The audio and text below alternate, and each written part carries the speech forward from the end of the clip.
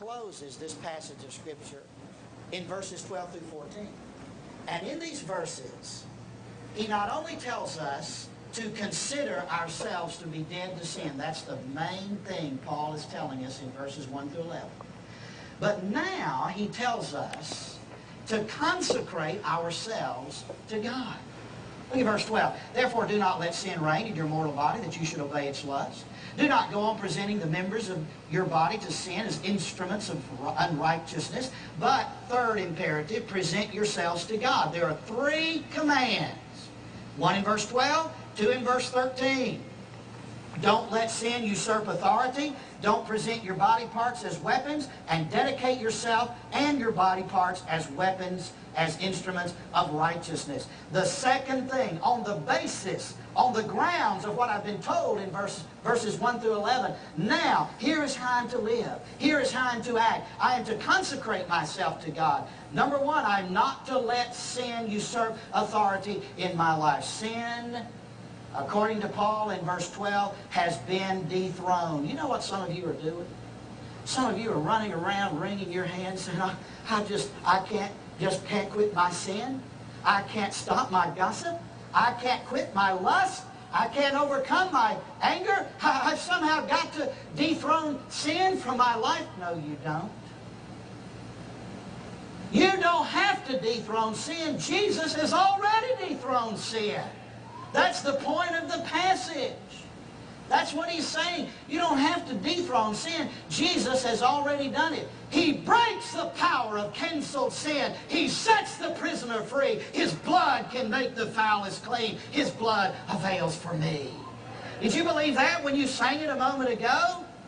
You see, sin's penalty has been canceled. But well did Charles Wesley write, he breaks the power of canceled sin. Not only the penalty of sin is dealt with in my life, grace deals with its power as well. And I no longer have to live under its power, and therefore I'm told, I'm commanded, don't let sin usurp authority in my life. I'm told, secondly, in verse 13, don't present my body parts as instruments of sin. You see that? The members of your body means your body parts. Look at that word, instruments. The word in Greek is hapla.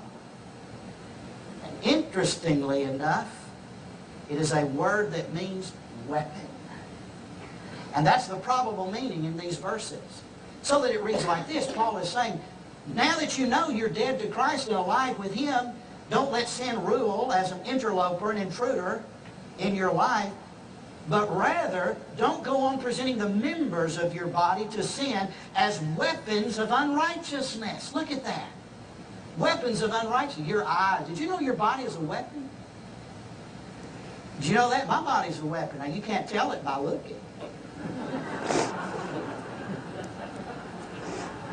But my body is a weapon. And so is yours. That marvelous movie camera God has given you called an eye can be used to look on beautiful things, or it can be used to look on pornography.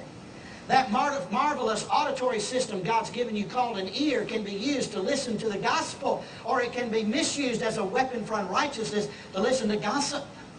That tongue that God has given you, that beautiful broadcasting system called a voice, can be used to communicate the gospel, or it can be used to spew filth and gossip. Your body parts are instruments. They're weapons.